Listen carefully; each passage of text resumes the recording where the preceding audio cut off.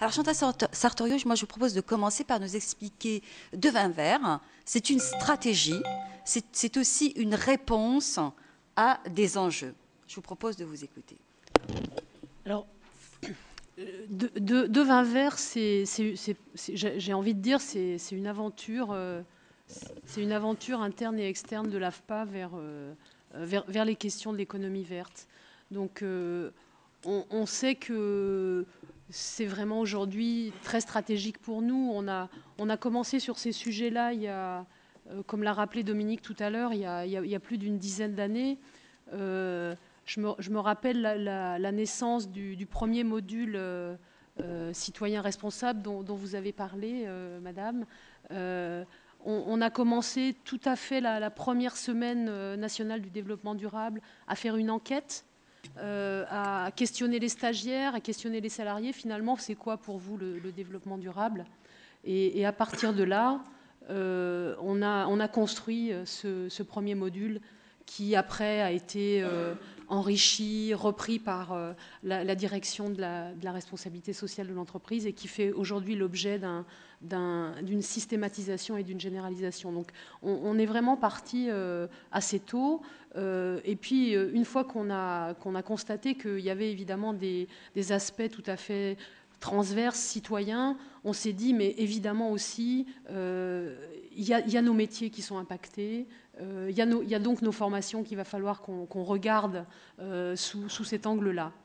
Et on a commencé dans les régions à l'AFPA Ingénierie et on a regardé précisément quelles allaient être toutes ces compétences impactées. Mais on avait besoin de finalement passer à la vitesse supérieure et de pouvoir finalement avoir un processus très systématique d'examen des métiers et des emplois sous cette focale et de refaire un travail finalement concret d'analyse du travail pour regarder ce qui changeait, ce qui bougeait. On a aussi tous constaté, moi j'ai participé depuis de nombreuses années aux observations qui se sont mises en place, hein, les salariés de l'AFPA aussi, les ingénieurs notamment. On a participé au comité de domaine du ministère de l'écologie.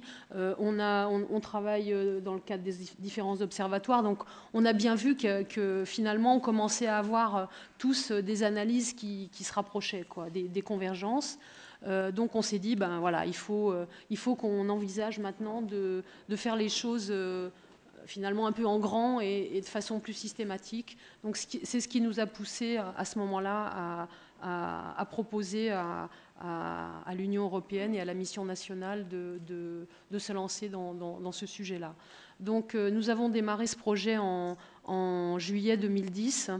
Avec effectivement pour ambition de rénover notre ingénierie de formation et de finalement produire de nouveaux scénarios pédagogiques, de nouveaux cursus pour, Dominique l'a dit tout à l'heure, à peu près 160 métiers, mais ce qu'il faut voir, c'est que ces 160 métiers, ils représentent à peu près 90% de la diffusion de notre offre de formation sur le territoire. Hein, puisque, comme vous le savez, c'est toujours un peu la loi de Pareto. Hein, il y a des formations qui sont beaucoup plus rares, donc qui sont moins diffusées. Mais en attendant, pour l'essentiel d'entre elles, c'est-à-dire pour plus que cette moitié-là, il fallait vraiment faire quelque chose parce qu'on savait qu'en termes d'impact, ça allait permettre de progressivement rénover et permettre l'intégration à tous ces métiers de base de l'économie auxquels l'AFPA forme. Donc nous, on a d'emblée considéré que la question des métiers verts, c'était une question commune à l'ensemble de la communauté professionnelle de notre pays, et en particulier au premier niveau de qualification, parce que force était de constater que sur le sujet du verdissement ou sur les sujets environnementaux, c'est quand même plutôt sur les green collars, comme dit l'Union européenne aujourd'hui, qu'on s'était focalisé et que finalement les premiers efforts ont été faits sur les hauts niveaux de qualification et il n'y avait encore pas beaucoup de choses qui se passaient pour les premiers niveaux. Donc voilà, nous, c'était un peu notre défi et notre pari, c'était de faire rentrer dans les cursus, dans les compétences professionnelles, ces questions-là, Et évidemment, pas uniquement sous l'angle environnemental, mais aussi sous les angles classiques du développement durable, c'est-à-dire sur la dimension économique, sur la dimension sociale. Ça nous permet aussi de nous relier avec des pratiques qu'on avait mis en place auparavant, mais qu'on avait peut-être un peu laissé de côté. Hein. Ça re-questionne les questions d'insertion sociale, ça re-questionne les questions de la prise en compte du handicap en formation, ça re-questionne la mixité dans le monde professionnel. Donc finalement, c'est un projet qui a de multiples facettes. Et ce que je voudrais peut-être dire en plus, on a délibérément choisi d'interroger les régions, c'est-à-dire que dans le cadre du déroulement du projet Devin Vert, on a questionné toutes les régions AFPA et on leur a demandé « dites-nous ce que vous voudriez faire, vous, dans ce cadre-là ». Et on a recueilli plus de 200 projets internes et on en a conduit à peu près une bonne moitié. Et ce sont des projets qu'on a finalement co-conduits, co-construits entre le niveau national, le niveau régional, et qui va permettre du coup, de notre point de vue, de garantir à terme une meilleure diffusion de tout ce qu'on aura mis en place dans ce domaine. Voilà. Alors, vous avez dit les scénarios, revoir les scénarios, et je pense derrière les scénarios aussi l'idée de transmettre ou de créer des méthodes ou des outils pédagogiques qui sont aussi très innovants, hein, comme on va le voir aujourd'hui. Oui. Juste un mot là-dessus. Juste un mot là-dessus, parce qu'on a, vous avez observé qu'on vous avait pas donné beaucoup de papier hein, pour ce colloque. C'est aussi une posture, hein, c'est-à-dire on vous a donné une clé USB dans les petits sacs coton qu'on vous a remis à l'entrée. Et sur cette clé, vous avez vraiment toute une série de documents, de travaux qu'on a réalisés. On en a passé quelques-uns en boucle dans la salle du café tout à l'heure.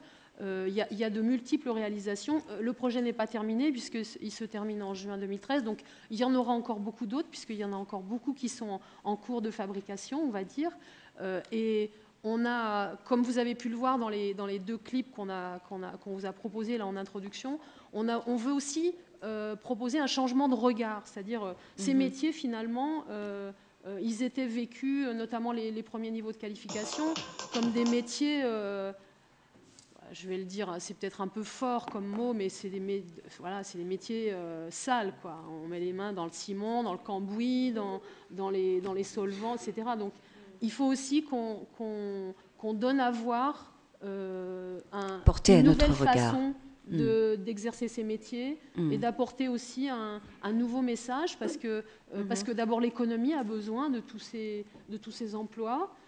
Et qu'il y a beaucoup aussi de noblesse dans tous ces gestes professionnels qui sont faits par ces personnes.